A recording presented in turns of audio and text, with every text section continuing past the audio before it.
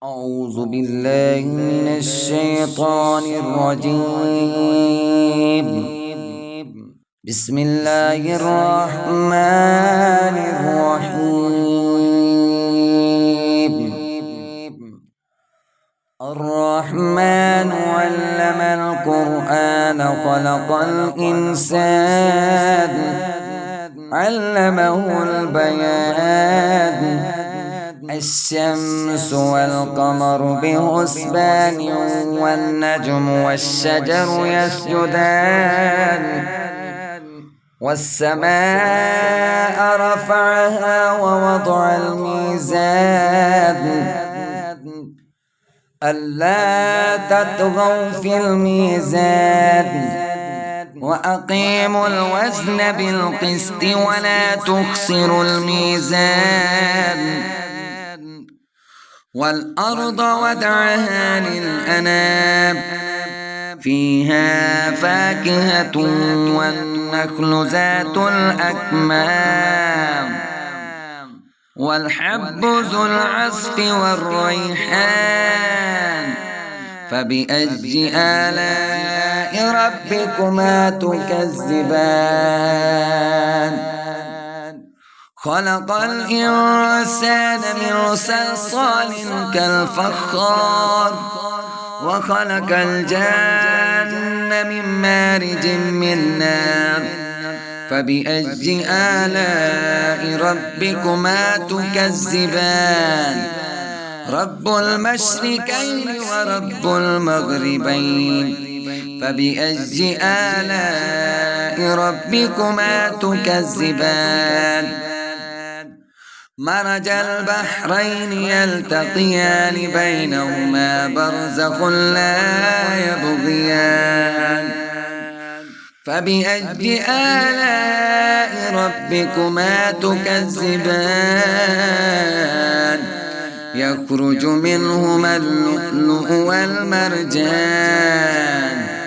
فبأي آلاء ربكما تكذبان؟ وله الجوار المنشآت في البحر كالأعلام. فبأي آلاء ربكما تكذبان؟ كل من عليها فان ويبقى وجه ربك ذو الجلال والإكرام. فبأي آلاء ربكما تكذبان؟ يسأله من في السماوات والأرض كل يوم هو في شأن. فبأي آلاء ربكما تكذبان؟ سنفرغ لكم أيها الثقلان. فبأي آلاء ربكما تكذبان؟ يا معشر الجن والإنس إن استطعتم أن تنفذوا من أقطار السماوات والأرض فانفذوا لا تنفذون إلا بسلطان. فبأي آلاء ربكما تكذبان؟ يرسل عليكما شواظ من نار ونحاس فلا تنتصران. فبأي آلاء ربكما تكذبان؟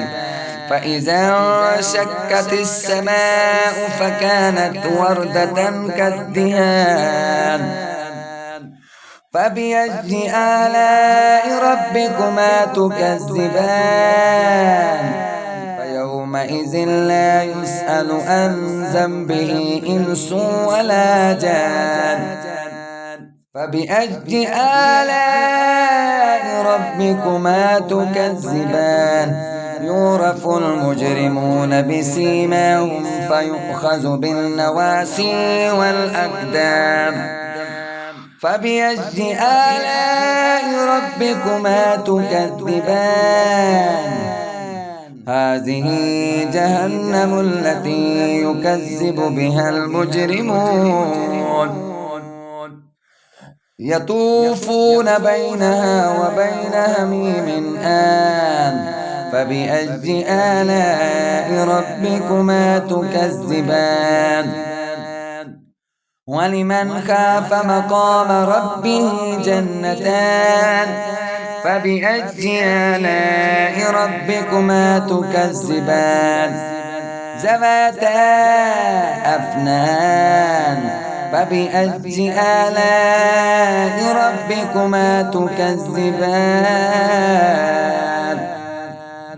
فيهما عينان تجريان فبأي آلاء ربكما تكذبان فيهما من كل فاكهة زوجان فبأي آلاء ربكما تكذبان متكئين على فرش بطائنها من استبرق وجنى الجنتين دان فبأي آلاء ربكما تكذبان فيهن قاصرات الطرف لم يطمثهن إنس قبلهم ولا جان فبأي آلاء ربكما تكذبان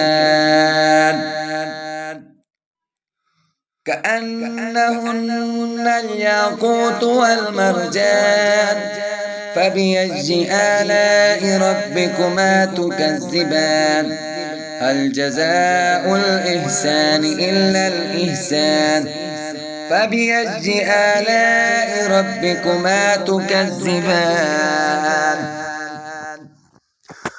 ومن دونهما جنتان فبأي آلاء ربكما تكذبان مدهامتان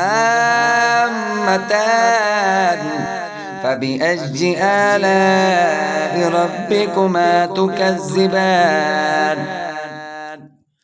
فيهما عينان نضاختان فبأي آلاء ربكما تكذبان فيهما فاكهة ونخل ورمان فبأي آلاء ربكما تكذبان فيهن خيرات حسان فبأي آلاء ربكما تكذبان حور مكسورات في الخيام فبأي آلاء ربكما تكذبان لم يطمثهن إنس قبلهم ولا جان فبأي آلاء ربكما تكذبان